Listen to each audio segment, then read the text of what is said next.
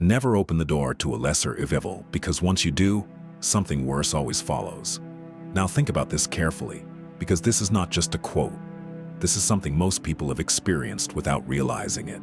There's someone in your life right now, or maybe from your past, who didn't hurt you all at once. They didn't come into your life and immediately show you who they were. They did it slowly, in a way that was almost impossible to notice at the beginning. Not with something big, not with something obvious, but with small moments that didn't feel right. Moments where something felt off but not serious enough to walk away. And instead of questioning it, you ignored it. You told yourself it wasn't a big deal. You told yourself they didn't mean it. You told yourself you were just overthinking, because that's what most people do when they care about someone. They don't want to assume the worst. They don't want to believe that someone they like could be treating them unfairly, so they give them the benefit of the doubt again and again. And that's exactly how it starts. Not with something extreme, but with something small that you allow. And once you allow it, it doesn't stay small. It grows, it repeats, and over time it turns into something you can feel, but can't easily explain. And that's when confusion begins, because now you're not just reacting. You're trying to understand, you're trying to make sense of it. You start asking yourself, maybe they're just busy, maybe they're going through something, maybe they didn't realize what they did, and without even noticing it, you start making excuses for behavior that doesn't feel right. And deep down, you were never completely confused. You noticed the changes, you felt the difference, you saw the inconsistency, but you chose to ignore it, not because you didn't see it, but because you didn't want to accept what it meant. Because accepting it would mean admitting something painful, that you've been giving your time, your energy, your attention to someone who was never giving you the same back. And instead of walking away, you stayed longer than you should have. And that's how people slowly get used. So if you're still here, take a second to like the video and follow, because what you're about to hear might change the way you see people. Number 1, they only show up when they need something. And at first you don't question it, because it feels normal. People get busy, people have their own lives. But over time, a pattern starts to form. When things are going well for you, they're quiet. They don't check on you, they don't show real interest. But the moment they need something, they suddenly appear like nothing happened. And when they come back, it feels good. It feels like connection. So you respond. You give your time, your energy, your attention. But then they disappear again, and the same cycle repeats itself. And this is where most people get stuck, because they don't focus on the pattern. They focus on the moment. They focus on how it feels when the person comes back, not on how it feels when they're gone. And that's what keeps you there. Because if you look at the full picture, you realize something important. They are not consistently present in your life. They are only present when it benefits them. And that's not connection. That's convenience. Number 2, conversations are always about them. And this doesn't feel obvious in the beginning. But over time, you start noticing that everything comes back to them. Their problems, their life, their emotions. And when it's your turn, something changes. Their attention drops. They get distracted, or they shift the focus back to themselves. And without realizing it, you take on a role. You become the one who listens, the one who understands, the one who is always there. And the more you stay in that role, the harder it becomes to step out of it. Because now it feels normal, even though it's not. Because real connection is balanced. But here you're giving more than you're receiving, and deep down you feel it.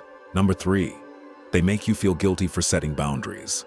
And this is where things start affecting you mentally. Because the moment you say no, or choose yourself, something shifts.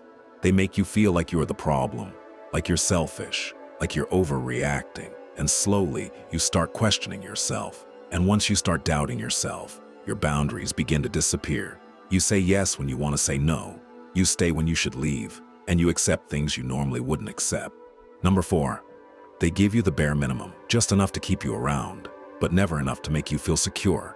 And this is one of the most confusing parts of the whole situation, because it creates hope in a very subtle way. They're not completely gone. They don't woefully disappear. They give you small moments that feel real, a message when you least expect it, a short conversation that feels genuine, a moment where they act like the person you want them to be. And those moments stay in your mind. You replay them, You focus on them. You use them as proof that maybe things are not as bad as they seem. And that's exactly how the cycle continues. Because you don't focus on the inconsistency.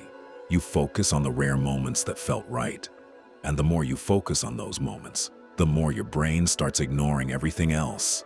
The distance, the silence, the confusion, all of it becomes less important compared to that one moment that made you feel something. And over time, this creates attachment. Not because the connection is strong, but because it's unpredictable, and unpredictability keeps your brain engaged. It keeps you waiting. It keeps you hoping. And that hope is what keeps you there. Because you start thinking, maybe this is who they really are. Maybe the other version is just temporary. Maybe if you stay long enough, things will finally become consistent. But the reality is the opposite. The pattern doesn't change. Only your expectations do. You start expecting less. You start accepting less. And slowly, you begin to settle for something that never actually gives you what you need. Number 5, they only contact you with a purpose. There's always a reason, always something they need. And at first it doesn't feel wrong, because every interaction seems normal. They need help, they want advice, they want to talk, and you respond because you care, because that's who you are. But over time you start noticing something. It's never random, it's never just to check on you, it's never just to see how you're doing. There's always a direction behind it, always something they're getting from you. Your time, your attention, your support. And once they get it, they fade again. And this slowly changes how you feel about yourself, because you stop feeling like someone important in their life, and you start feeling like someone they use when it's convenient. And that feeling builds over time, through repeated situations where you realize you're always the one giving something, and rarely the one receiving the same in return. And that affects your confidence more than you realize, because you start questioning your value. You start wondering if maybe this is normal, maybe this is just how things are. And that's where it becomes dangerous, because once you accept that kind of treatment as normal, you stop expecting more, you stop asking for more, and you settle without even noticing it. Number 6, they disappear when you need them. The same person who expects you to be there suddenly becomes unavailable. And when they come back, they act like nothing happened. And number 7, you feel drained after being around them. Not calm, not supported, just mentally and emotionally tired. And if you really think about it, that feeling tells you everything you need to know. Because real connection doesn't leave you feeling like that. Real connection doesn't make you feel exhausted after every interaction. It doesn't make you question yourself. It doesn't make you feel like you're giving more than you're receiving all the time. And if you're honest with yourself, you've felt that difference. You've noticed those moments where something didn't sit right, but you ignored it, not because you didn't see it, but because you didn't want to accept what it meant. And now you're here, seeing it clearly, understanding the pattern. And that's where everything changes. Because once you see it clearly, you can't unsee it. You stop making excuses. You stop justifying behavior that hurts you. You stop blaming yourself for something you didn't cause. And most importantly, you stop settling for less than what you deserve. And if this made you realize something, take a second to like the video and follow, because awareness is the first step to protecting yourself. And at the end of the day, people who truly value you don't make you question your worth. And once you understand that, you stop chasing the wrong people and you start choosing yourself.